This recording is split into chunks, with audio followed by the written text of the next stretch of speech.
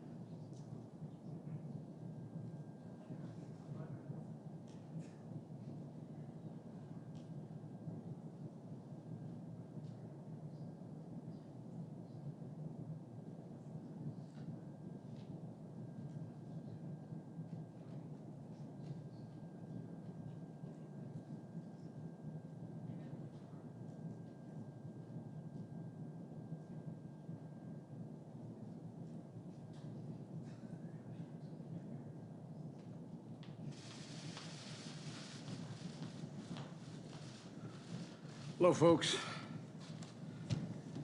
Good afternoon, everyone. Today, for the first time since March of 2020, the American unemployment rate is below 5%. In just 8 months since I became president, in the midst of a grave public health and economic crisis, the unemployment rate is now down below 5% at 4.8%. Let me just repeat that. Today's report has the unemployment rate down to 4.8%, a significant improvement from when I took office and a sign that our recovery is moving forward, even in the face of a COVID pandemic. That improvement was widespread. Unemployment for Hispanic workers was down, and the unemployment rate for African Americans fell almost a full percent, and it's now below 8% for the first time in 17 months. A drop of 496,000 in long-term unemployment is the second largest single-month drop since we started keeping records. The largest was in July. So in the past 3 months, we've seen a drop of 1.3 million long-term unemployed. That's the largest 3 months fall in long-term unemployment since we started keeping records in 1948. More to do, but great progress. And working Americans are seeing their paychecks go up as well. In September, we saw one of the largest increases in average wages paid to workers working Americans on record.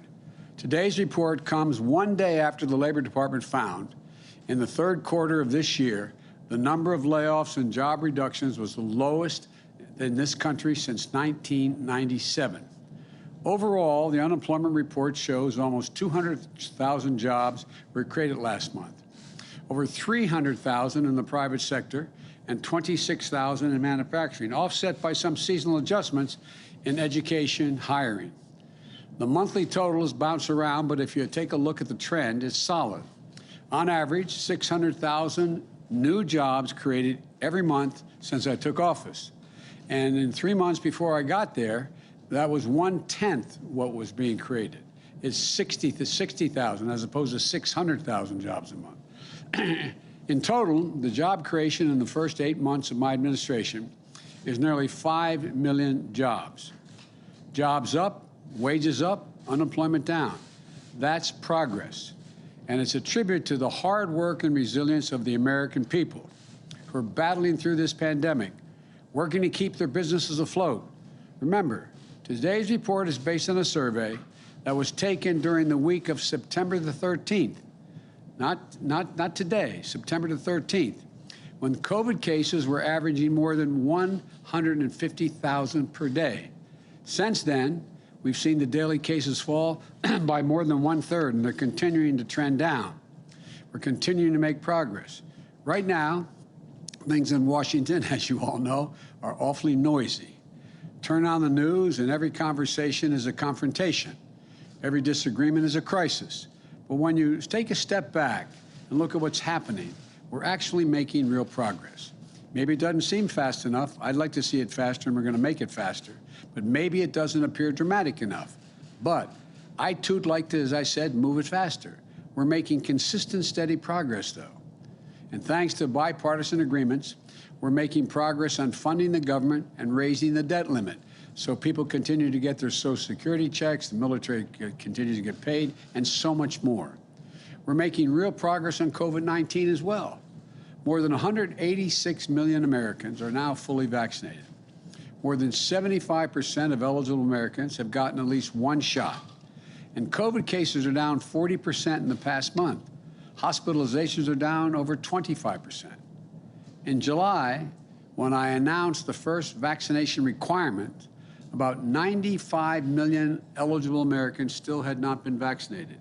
Today, we reduced that from 95 to 67 million eligible Americans that haven't been vaccinated. That's still much too much. There's more work to do, including getting more people vaccinated. But we continue to make progress.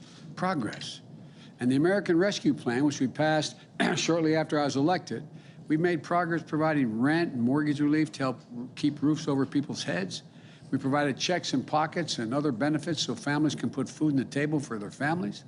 Hundreds of thousands of loans to help small businesses stay open and keep employees on a job getting paid. Today, towns and cities and states that were at risk of losing hundreds of thousands of jobs before because they didn't have the budget to pay, we helped make their payroll for them so they could keep teachers, police officers, firefighters, essential workers on the job, helping schools stay open with the equipment and resources needed to keep students and educators safe. And we finally gave a tax break, I've been looking at this for a long time, to families with children, which, as I speak, is providing monthly checks for more families for 60 million children. $300 per month for every child under the age of 7, $250 per month for every child under the age of 17. Keeping the tax cut, it's a tax cut for these people, and cutting child poverty nearly in half, over 40%.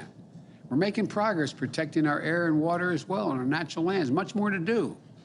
And I'll have more to say about that later today. The jobs numbers also remind us that we have important work ahead of us and important investments we need to make. America is still the largest economy in the world. We still have the most productive workers and the most innovative minds in the world. But we risk losing our edge as a nation if we don't move. Our infrastructure used to be the best in the world.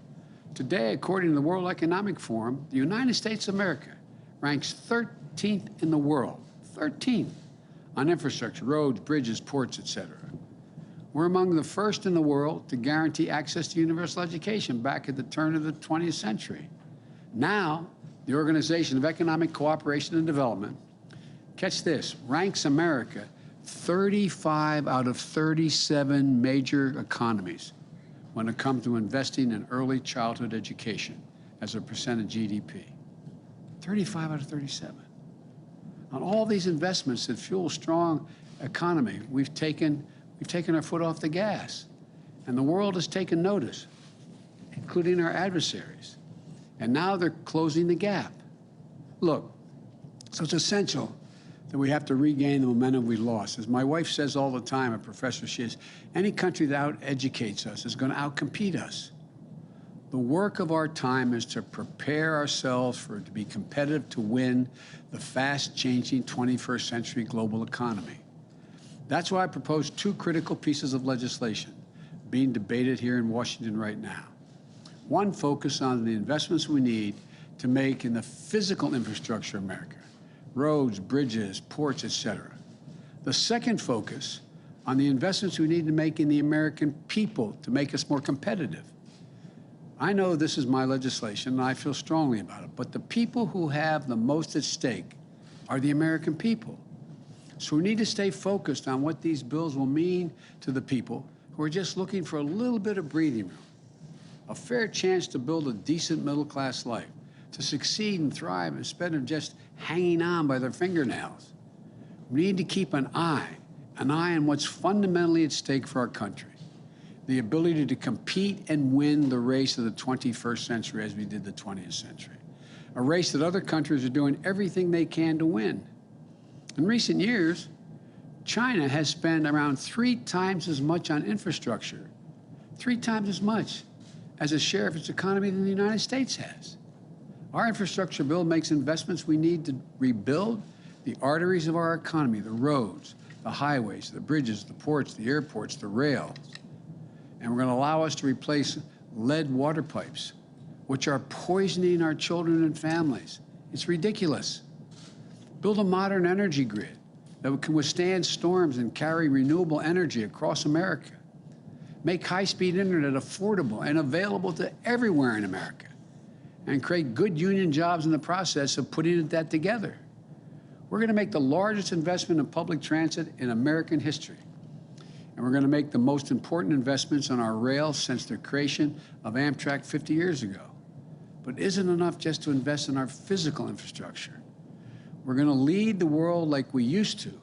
If we're going to do that, we also have to invest in our people. That's what my second bill does, the Build Back Better plan. That's what it does. Today, only about half of the 3- and 4-year-olds in America are enrolled in early childhood education. In Germany, France, the UK, Latvia, that number is more than 90%. We're falling behind. It's not just early education. According to one study, America ranks, catch this, America ranks 33rd out of the 44 advanced economies when it comes to the percentage of our young people who have attained a post-high school degree. The United States, 33rd out of 44. My Build Back Better plan gets us back on track to making 4 additional years of public education available for every person in America. 2 years of high-quality preschool in the front end, which indicates that over 56% of the children will be able to go through all 12 years and beyond without any interruption. And investments in community college, so our students can gain the skills they need and carve out a place for themselves in the 21st century economy. We're going to help build families. We're going to help them afford to care for their new baby, a child, an elderly relative. It's going to extend the tax credit for families with children. It's going to help us meet the moment on climate change and become a global leader in the fast-growing clean energy industries like solar and wind power. The whole world knows that the future of the auto industry is electric, and battery technology. We need to make sure America builds that future instead of falling behind. We should build those vehicles and the batteries that go into them, and the charging stations they're going to need, the 500,000 we're going to build across America. Here in the United States, we should be doing this. And look, if we get this done, we're going to breathe new life into our economy and our workforce, and we're going to breathe cleaner air at the same time. These are the kinds of investments that will get America back in the game and give our workers a chance, a fighting chance. Economists left, right, and center agree. Earlier this year, Moody's on Wall Street projected that the investments in these bills will bring us a higher GDP and additional 2 million jobs per year and lower unemployment. These bills are not about left versus right, or modern versus progressive, or anything else that pits Americans against one another. These bills are about competitiveness versus complacency. Competitiveness versus complacency. Opportunity versus decay. They're about leading the world, or whether we're going to let the world pass us by. The American people understand what's at stake here. They understand that when workers and families have a better shot, America has a better shot. Given half a chance, the American people have never, ever let their country down. Today, we receive more evidence of the progress we're making. And I know we can make a lot more in the days ahead. I want to thank you, and God bless you all, and may God protect our troops. Thank you very much. What do you say to Americans who want them to go back to work, sir?